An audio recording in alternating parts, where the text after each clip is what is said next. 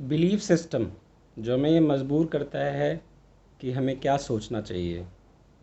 हमारी एक अवधारणा है जिसको हम मानना शुरू कर देते हैं। जो हम मानते हैं उसी के हिसाब से हम हर होने वाली घटना को जोड़ते हैं। महाभारत और रामायण दोनों नहीं होते अगर ये फैलेसी नहीं होती जो मैं आपको बताने वाला हूँ।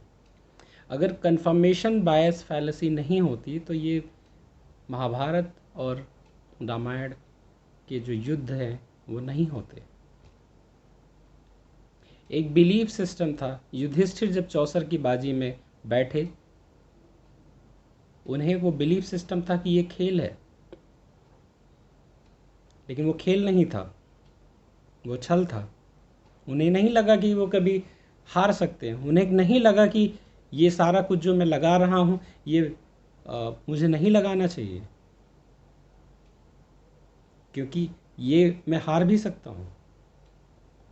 लेकिन वो एक एक करके अपने भाइयों को, अपने महल को, अपने सेनाओं को बाजी पर लगाते चले गए,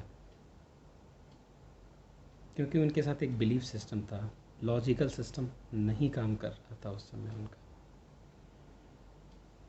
सीता को जब सोने का मृग दिखा तो उन्हें भी एक कंफर्मेशन फैलेसी, बायस फैलेसी हुई।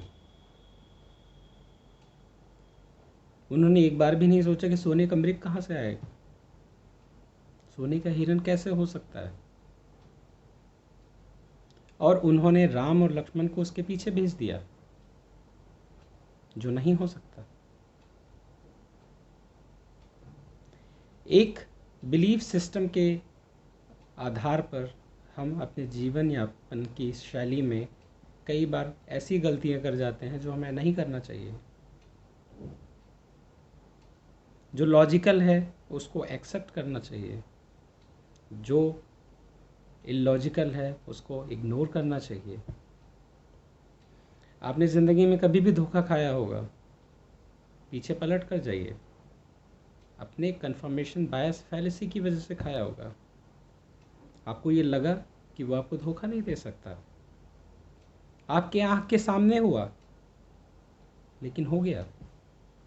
क्यों? क्योंकि कंफर्मेशन बायस फैलेसी है। इसलिए आज से आप अपने उस बिलीफ सिस्टम से बाहर निकलिए, यूनिवर्सल लॉ को फॉलो करने वाले लॉजिकल सिस्टम पे बात कीजिए, उनके आधार पर जीवन को चलाने की कोशिश कीजिए। देयर इज नथिंग लाइक चमत्कार।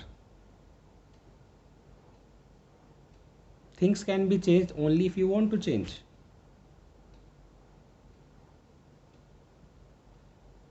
Believe in yourself, not on your beliefs. Think logically.